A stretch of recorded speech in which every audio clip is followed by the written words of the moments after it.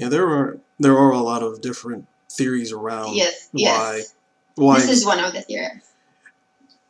but yeah, because growing up, I can still remember around the time of, I guess you can call the build up to the war, and especially about the uranium tubes that Colin Powell, who was the Secretary of State at the time, or and him talking about that aspect and saying that Iraq has these tubes, that this is what they can build bombs with, and that's become very notorious because that we have never found some sort of nuclear weapons in Iraq, Yes. and um, that is definitely a feasible theory as to why, and especially along with the talks about the oil and the military-industrial complex that the United States still has to this day.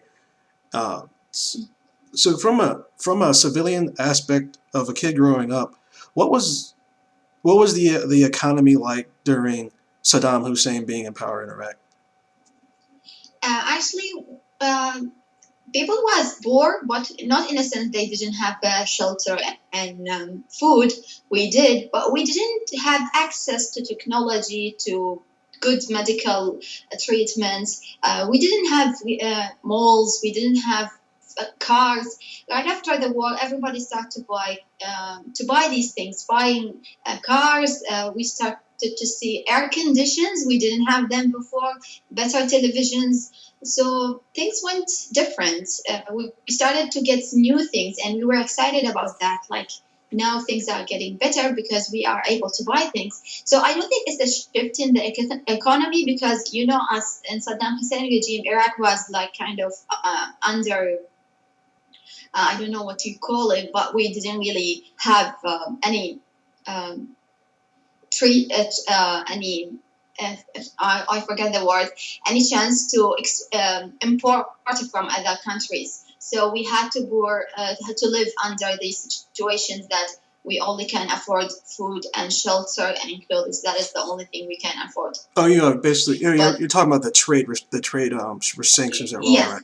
yes, this is the word. Yeah, we were under that, so things went different. Not because we suddenly had money, no, because we are now able to buy things and get things. And did was that ever spoke about on government controlled television about as to why, or were the sanctions ever spoken about, or was it something they avoided speaking about? No, we were talking about Saddam Hussein was trying his best to eliminate that. He wanted. I remember growing up that knowing that we are actually under this, and that's why we are kind of not really rich, but we do have money, but we are not able to buy these things because of that. We knew that there is something wrong, and we knew that he was trying to make it work, but he couldn't, unfortunately.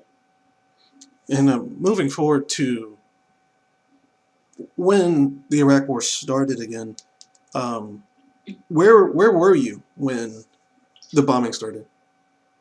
Actually, when it started, I told you we moved to other city. It's called Najaf, which is in the middle of Iraq, but it is south of Baghdad. It is 2 hours driving from Baghdad. It is safer, but right after the war, it became the most dangerous place in Iraq. Months after the war, because Muqtada Sadr, um, uh, he had to build an army because the thing after the war started another war in Iraq, which is between Sunni and Shia. Mm-hmm. And Najaf is the center of Shia people in Iraq, and Shia are the majority in Iraq. So they wanted the power for themselves because they said enough is enough. We had to suffer a lot during the Saddam Hussein regime, and we now need to take the step to rule Iraq. Shia deserve that because they are the majority. So a war started. Najaf was the center because every major Shia party is in Najaf, based in Najaf. They didn't actually fight among themselves. The first thing they did, they fought the Saddam Hussein people supporters, and then they started to kill random people. We don't know yet why. So Najaf became very dangerous, and till now it is safe, but we think that it could be the most dangerous city in Iraq because it has all the major parties ruling Iraq. Um, مقتدى الصدر, الحكيم, حزب الدعوة, which is the ruling, which the Prime Ministry of Iraq is from حزب الدعوة, and we have the most important character in Iraq, Sayyid Ali Sistani, which is someone even Ban Ki-moon visits. Every president who visits Iraq come to visit him because he's the one who's making peace right now. He's the one that people respect the most and do not get into trouble because of his existence. So we are very scared if something happens to that man, things could go wrong. So I live here. I know that we are in peace, and thankfully, but I always have this feeling that I need to move outside the city because it is not that safe after all.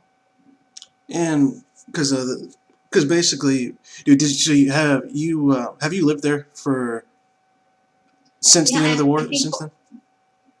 yeah, after the war, a year after before the war, actually a year before the war, and till now. And I told you that right after the war, we had this very terrible period when Muqtada Sadr army started to do the assassinations, and they started to fight the American army in Najaf. Um, they didn't like the American army being in Iraq, so they did some trouble. And at that time, I think that also the American army didn't like them too. So we lived in that struggle between these two powers. And now they are one of the most important political parties in Iraq, and they are in peace with other parties. But still, the elections are soon, so you never know. Things can change very fast.